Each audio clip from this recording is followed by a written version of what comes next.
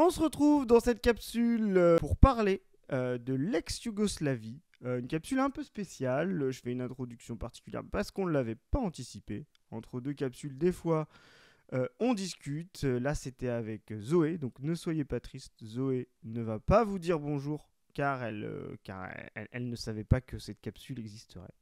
Mais en discutant avec le chat pendant notre live, on a discuté de l'ex-Yougoslavie. Entre des voyages, entre des passions.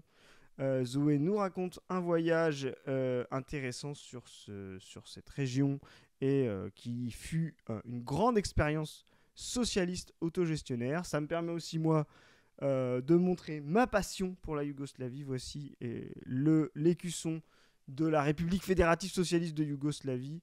Une grande expérience socialiste, Tito, au XXe siècle. Ça nous permettra aussi de parler de l'autogestion, du socialisme réel.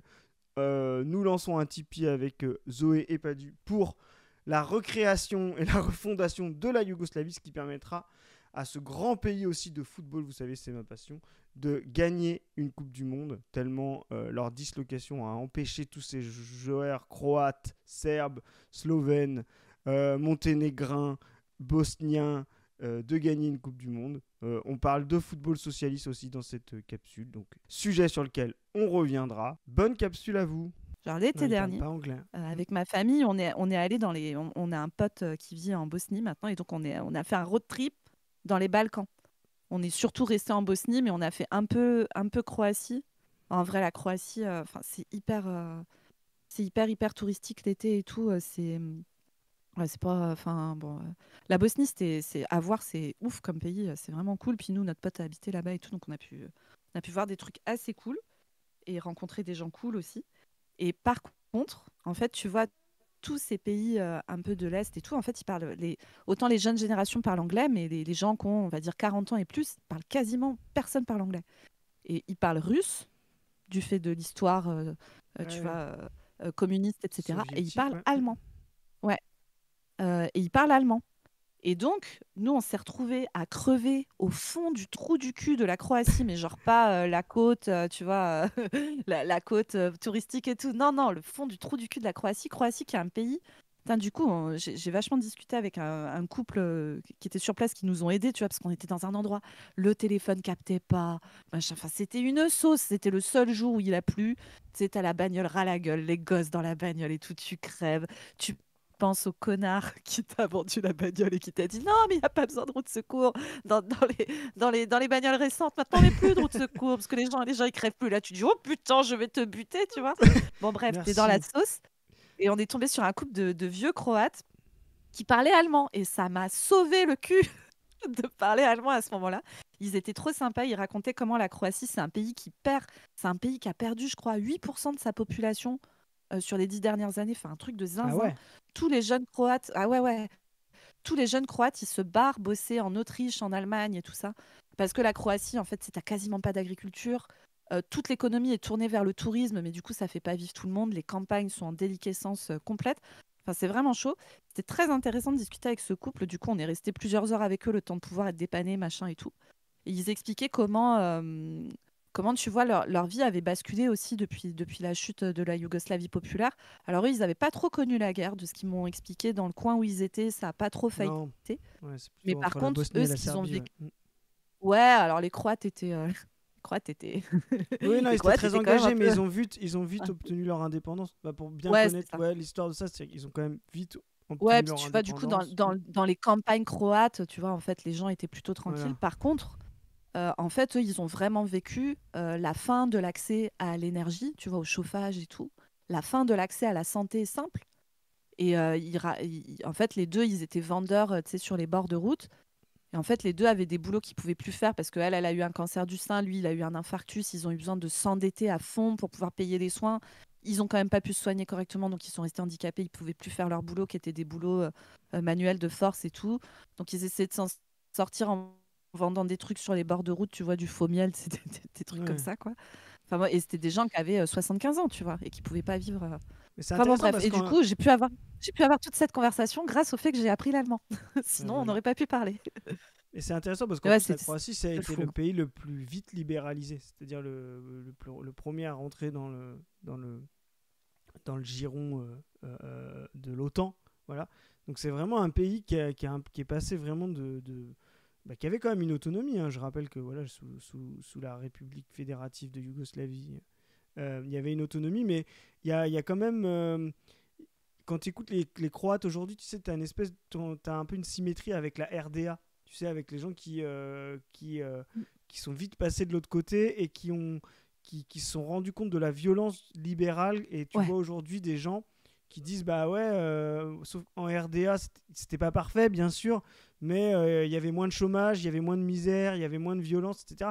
Effectivement, le système capitaliste crée c'est sa violence, crée des disparités énormes. C'est-à-dire, s'il faut toujours attaquer les libertariens là-dessus, c'est que eux, ils font des analyses sur la moyenne. C'est-à-dire qu'ils vont dire, regardez, le niveau de vie s'est élevé dans ces pays-là parce que en moyenne, ça s'est élevé. Mais oui, mais parce qu'en fait, vous avez créé des très, très, très, très concentrations d'accumulation de capital et à côté des gens très, très faibles qui meurent, qui violentent. On parle tout le temps des 100 millions de... C'est combien 100 millions 100 milliards Je sais plus du communisme. Mais la violence que crée le capitalisme... 1000 milliards. Ça a évolué depuis. La violence que crée le capitalisme fabrique des ultra pauvres, des types qui ils tuent des gens. C'est vraiment un système qui tue des gens. Et on voit les pays de l'ex-bloc soviétique, espèce de retour à la pensée de est-ce que cette dissymétrie est finalement nécessaire? Ouais, carrément. Et c'était... Enfin, vraiment, tu vois, cette discussion-là, elle était ouf avec ces vieux-là. Franchement, c'était triste en plus. Enfin, tu vois, elle expliquait comment tous ces enfants sont partis parce que tu n'avais aucune perspective de boulot là où ils vivaient. Du coup, tu sais, elle était trop contente de voir nos gamines parce que, bah, tu sais, elles avaient le même âge que ces petites filles qu'elles pouvaient pas voir parce qu'elles vivaient loin. Enfin, franchement, c'était assez... Et tu sais, c'était marrant comment ils marchaient sur des œufs pour nous parler de ça au départ. Parce que, tu sais, elles ont une image, tu sais, nous, en France, on a forcément une mauvaise image de la Yougoslavie populaire. Alors, j'avais envie de lui dire, oh, ma copine, si tu savais sur qui tu es tombée, ce n'est pas moi qui vais chier sur, sur ça, même si, bon, on peut en dire des trucs, tu vois, mais... Mais ouais. Mais ça, c'est toujours Mais un non, souci, ouais. Et en Allemagne de l'Est, moi, j'ai eu le même. J'avais, quand j'y suis allée justement au lycée et tout, il y avait la meuf chez qui j'allais. Toute sa famille était de Dresde, donc c'est en Allemagne de l'Est. Et ils avaient raconté ça. Et c'est pareil, en prenant un peu des pincettes et tout, parce qu'ils se disent, mais en fait, elle est française, elle est incapable de... Enfin, on lui a raconté qu'en fait, c'était la barbarie communiste, et puis le mur est tombé, et après, tout va bien. La réalité, c'est qu'il y a une immense partie des gens qui ont été jetés dans la misère totale. Et je me souviens d'un de ses oncles qui racontait comment, quand tu habites à l'est de l'Allemagne, où l'hiver, il peut faire vraiment très, très, très, très, très, très froid, avoir le chauffage gratos, mais t'imagines? Le chauffage pris en charge, comme ça change ta life, quoi. Et il racontait, tu vois, l'accès au cinéma, ce que c'était qu'être un jeune homme en RDA dans les années 60, tu vois.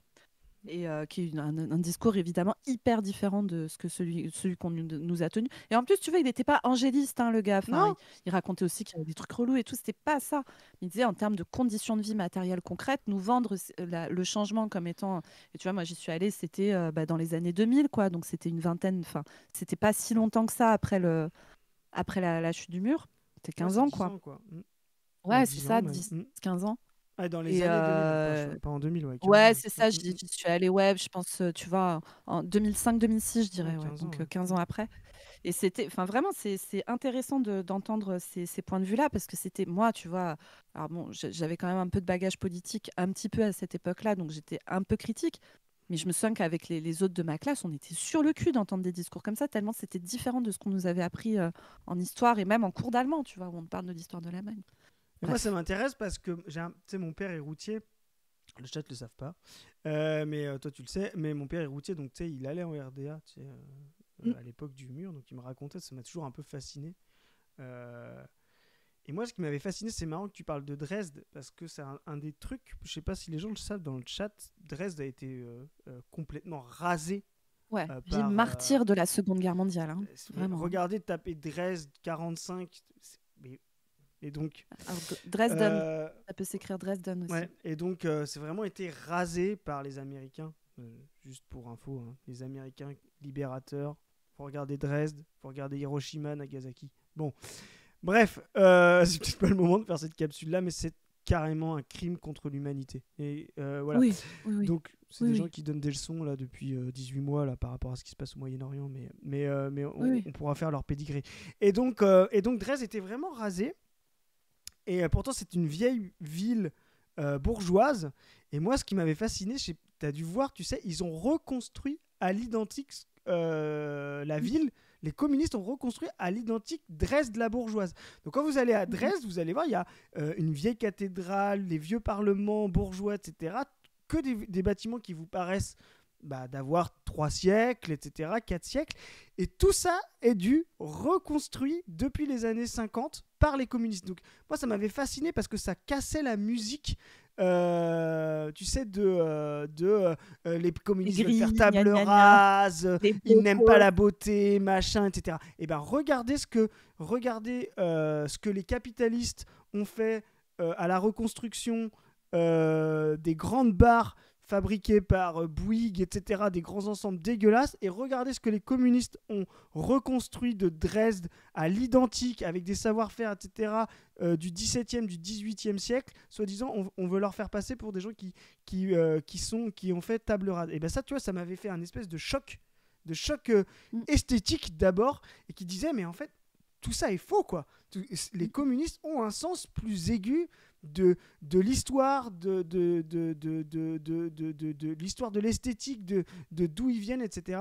Et ça m'avait fasciné. Voilà. Et j'avais, je sais pas, peut-être 16-17 ans. Et je pense, tu vois, c'est des événements qui font partie de ma passion pour le communisme. Yougostalgie en. Tu sais que Yougostalgie. der- ouais, dernier truc. Après, on passe à la sécu, mais euh, moi, l'endroit où on nous a parlé de Yougostalgie, les jeunes, hein, c'était en Slovénie. Et si tu veux, j'étais sur le cul parce que de tous les pays de l'ex-Yougoslavie, la Slovénie, c'est vraiment, enfin, toi, c'est dans l'UE.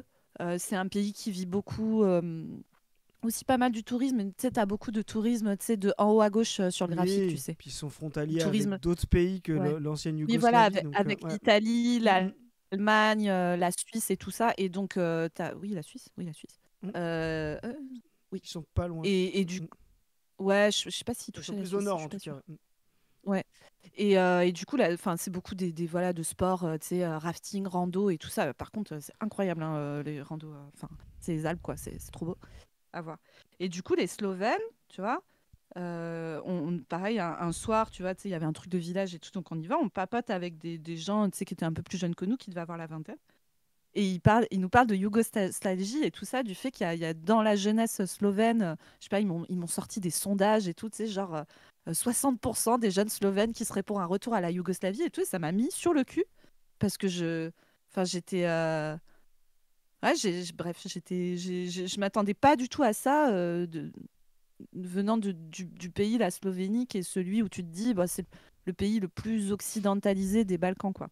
Ouais. Bref. Mais c'est logique, hein, parce que je te dis, la crise va être ultra violente, et encore plus pour les pays de la périphérie, quoi. Donc, paradoxalement, l'histoire communiste, tu sais, dans la phase ascensionnelle du néolibéralisme encore efficient, le néolibéralisme et le capitalisme pouvaient apparaître comme meilleur ou plus productif, tu vois, que le communisme à la Mm. fin des années 80-90. Mais maintenant qu'il rentre en crise, les courbes s'inversent. Et donc, justement, ça va créer un truc de ouais, mais en fait, par rapport à avant, c'était quand même mieux, quoi. Parce que justement, il est en train de décroître. Et ça, c'est aussi quelque chose qui. Il faut jamais tomber dans la nostalgie parce qu'on peut jamais refaire le Oui, passé. Mais ça doit être aussi. On parlait tout à l'heure de possibilité de levier, ça doit aussi être un oui. levier de voilà l'organisation collective, du prolétariat, la planification. Et ben voyez ce que ça a permis. Ça a permis justement d'empêcher de ne pas tomber dans cette. Clairement, hein, nous, on va faire notre coming out luxembourgiste. Nous, on croit vraiment à cette devise socialisme ou barbarie, quoi. Le néolibéralisme, le capitalisme nous emmènera vers la barbarie. Donc c'est normal que le souvenir du socialisme soit un vaccin contre ça. Ma consommation de rakia a-t-elle augmenté depuis la visite des Balkans? Pas trop. Ah, le Non, mais raki, après, c'est nous, bon. On a surtout passé du temps, on est parti quasiment un mois, mais on a surtout passé du temps en Bosnie. Donc il n'y a pas beaucoup d'alcool en Bosnie, les copains. Enfin, dans les parties Musulmane. bosniaques musulmanes de la Bosnie, qui étaient surtout celles où on était nous. Donc c'est pas trop l'alcool, le style.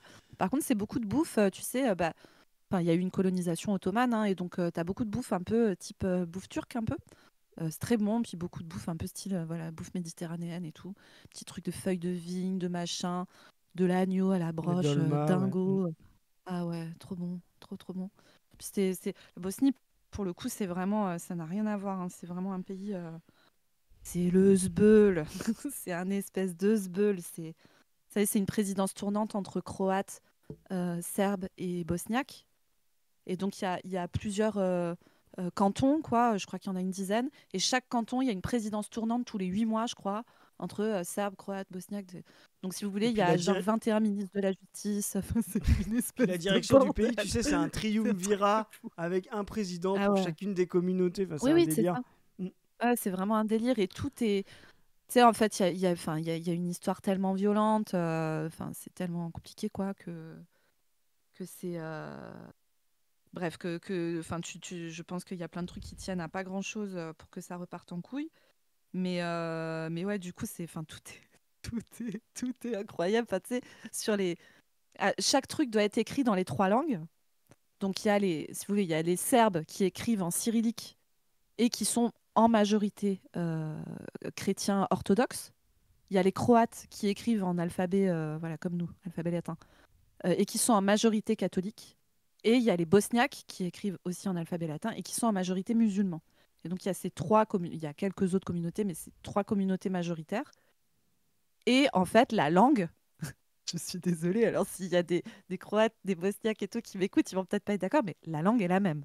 D'accord. La langue est la même. Alors je crois qu'il y a quelques petites variations, tu vois, mais comme il peut, voilà, pain au chocolat et chocolatine, quoi, Mm. globalement. Et donc, tout doit Moi, être je trouve ça. écrit dans les 3 langues. Et donc, en fait, ils écrivent 3 fois la même phrase. C'est Ouais, genre c'est les Jeux Olympiques, exactement quoi. Tu sais, c'est la les. même phrase, Mm. mais pour que tu vois, pour que tout le monde ait, Ouais, non, mais. enfin, pour que tout le monde s'y retrouve. Et donc, tu as exactement la même phrase écrite 2 fois d'affilée. Et puis, tu as une troisième fois, encore la même phrase, mais en cyrillique, quoi. Voilà. Donc, tout est très surprenant comme ça. Et tu vois, il commence juste à y avoir les premières autoroutes et tout. C'est un pays très, voilà, avec pas du tout le même niveau de développement d'infrastructures routières et tout ça que l'Europe de l'Ouest, quoi. Pas du tout, du tout, du tout. Voilà. Mais très cool. Enfin, voilà, les gens étaient. Les paysages sont incroyables. Les gens Ouais, c'est étaient beau. ultra cool. La bouffe était bonne. Moi ça, c'est ce qui compte, hein. Est-ce qu'on mange bien? Est-ce que les gens sont cool? Et c'était vrai. Tout était bien. Bref, voilà, le gros bordel de la Bosnie. Et la Yougoslavie en général, on pourrait faire un truc là-dessus, hein, parce que c'est un sujet pas mal. Ouais, c'est On parle souvent passionnant, du c'est passionnant foot, là. du foot. Bah, surtout qu'en plus, la Bosnie, c'était vraiment le terrain d'expérimentation. Tu vois leur drapeau complètement artificiel avec les couleurs européennes, etc. Enfin, tu vois, c'est vraiment une expérience de euh, l'éclatement du bloc soviétique et plus généralement du bloc communiste par le néolibéralisme en ascension. Donc c'est ultra violent. C'est normal qu'ils prennent un retour aujourd'hui. C'est pour ça que c'est des sujets intéressants parce que c'est la Yougoslavie par exemple, ça a été je sais pas les gens dans le chat s'ils le savent tout, mais on parlait tout à l'heure de se réapproprier le travail. À un moment donné, l'expérience yougoslave était une forme de pas de troisième voie parce que ça c'est plutôt une logique fasciste, mais était une forme de vision beaucoup plus autogestionnaire de la Oui, production. Et, ouais, ouais, euh, carrément. et donc, Pas tout à du l'heure, tout le on a même parlé modèle. voilà, on a parlé de Chamaillou, etc. Dans les années 60-70, des gens qui sont communistes et qui veulent pas de la planification étatique se sont intéressés à l'expérience yougoslave fédérative. Hein, quand on fait croire, par exemple, que à l'époque c'était que les Serbes qui dominaient, non, c'était déjà une république fédérative. Il y avait une autonomie. L'expérience yougoslave était vraiment une source d'inspiration pour un communisme beaucoup plus autogestionnaire, beaucoup plus euh, euh, euh, pris en main par les travailleurs. Et par exemple, ça a inspiré beaucoup de partis de gauche comme le PSU ou même la CFDT, la CGT était alignée sur le PCF et donc sur Moscou. La CFDT, quand elle s'est construite, était beaucoup plus autogestionnaire, était presque plus radicale sur plein de points que la CGT. Alors ça a beaucoup bougé ensuite, mais ça, il y a une vraie histoire là-dessus de cette expérience-là. Donc l'histoire de la Yougoslavie, qui est quand même aussi un pays, voilà, qui a mis les nazis dehors tout seul, hein, sans intervention extérieure, de résistance. L'expérience yougoslave, c'est vraiment un truc dont on pourrait parler parce que c'est extrêmement intéressant dans justement l'articulation entre les nations, les communautés, les différentes religions et en même temps un appareil productif autogestionnaire. Mais on pourrait faire une vidéo là-dessus. Faudrait faire je sais pas s'il est encore là, pas dû. On a plein de trucs à monter là-dessus. Ce qui serait intéressant justement, c'est pas tant de faire un truc sur l'histoire de l'expérience yougoslave, mais sur comment cette expérience a été un moteur intellectuel pour la gauche. Et tout à l'heure, on faisait le point sur les Lip, Chamaillou. L'expérience yougoslave a été très importante là-dedans. Justement, fin des années 60, début 70, les syndicats pensent beaucoup cette expérience yougoslave, de l'appareil productif non étatisé, non centralisé, beaucoup plus planifié. On pourrait faire aussi, par exemple, une vidéo sur l'expérience chilienne, qui est une espèce de différente aussi, qui a essayé d'avoir un socialisme cybernétique. Voilà, ça peut être intéressant de faire ça. Après, il y a l'Albanie. Ben non, justement, l'Albanie, c'était à l'écart de la Yougoslavie. Et là, pour le coup, l'Albanie était très, très étatisée, quoi. Il y avait vraiment une lutte entre les deux. Entre Enver Hoxha et puis justement la RFSY titiste, il y avait une vraie concurrence justement de modèles planificateurs. Et d'ailleurs, Staline et aussi un petit peu la Chine ont essayé d'utiliser l'Albanie, on va dire, comme une espèce de point au sein du capitalisme occidental des Balkans pour justement imposer quelque chose de plus centralisé, de plus planificateur par rapport à l'expérience autogestionnaire yougoslave. Et on pourrait parler du foot. Du foot yougoslave aussi. Vraiment un très grand pays de foot. Yougoslavie, qui a finaliste de l'Euro en 1960. Je ne sais pas si les gens ont en tête qu'en 1960, le premier Euro de foot, c'est la gloire du football communiste, parce que la finale, c'était URSS contre Yougoslavie, la finale de l'Euro de foot, voilà, en 60. Donc c'était vraiment l'époque bénie du football communiste, du football en 54, la Hongrie de Sebeş arrive en finale de la Coupe du Monde, Hongrie communiste avec Puskás, voilà, et en 60, on a une finale URSS contre Yougoslavie, avec Yashin, effectivement. Et donc, et l'URSS sera en finale ensuite, elle gagnera l'URSS en 60, puis elle sera en finale en 88 contre les Pays-Bas. Seule fois où les Pays-Bas ont gagné un truc de leur vie en 88, avec le but de Van Basten. Et là, il y avait un très grand joueur qui sera ukrainien aujourd'hui, mais qui était Oleg Blokin. Mais je parle du foot parce que c'est intéressant, le foot et la Yougoslavie. Il y a un livre qui s'appelle de Riva, qui s'appelle Le dernier penalty. Ouais, j'ai fait du foot. Ah, ça parle foot. Voilà. Et justement, il montre comment le foot a été un moteur de dislocation de la Yougoslavie. Comment Boban, par exemple, a utilisé le nationalisme croate dans le championnat yougoslave. Vraiment, le foot, pour ça, moi j'adore le foot, mais il y a une vraie histoire politique à faire du foot. Et le foot communiste, par exemple en 54, la Hongrie communiste de 54, quand elle est en finale contre l'Allemagne, Sebeş est un théoricien du foot, était un théoricien communiste. Il dit on doit vendre le communisme par notre jeu devant la RFA, quoi. Donc il perdra en finale ce qu'on appellera le miracle de Berne. C'est là où les Allemands, normalement, ils auraient dû se faire éclater. En fait, la Hongrie de 54... Excuse-moi Zoé, je fais un parallèle foot. Non, vas-y, mais la Hongrie de 54 était une des plus grandes équipes de toute l'histoire du football. et elle a éclaté l'Angleterre, elle éclatait tout le monde parce qu'elle produisait un jeu. À l'époque, on avait inventé le 4-2-4, c'est-à-dire un jeu extrêmement offensif, fondé sur le collectif et tout. Et Gustave Sebesk, qui était un théoricien du communiste, un cadre du communiste en Hongrie, disait notre football socialiste doit imposer la vision du monde socialiste contre justement contre la vision capitaliste, contre cette vision de l'individu. Nous, on va montrer que le collectif est supérieur. Et donc, la Hongrie était monstrueuse. Elle a mis des 3-0 à tout le monde. Et elle arrive en finale contre la RFA. Et tout le monde voyait la RFA se faire éclater. Elle aurait dû se faire éclater. Mais d'ailleurs, ça, c'est l'Allemagne. Et elle gagne 1-0. C'était en Suisse, à Berne. Il y a des films là-dessus. Le miracle de Berne. Voilà. Et le football communiste sera... Voilà. Donc, moi, j'ai une espèce de...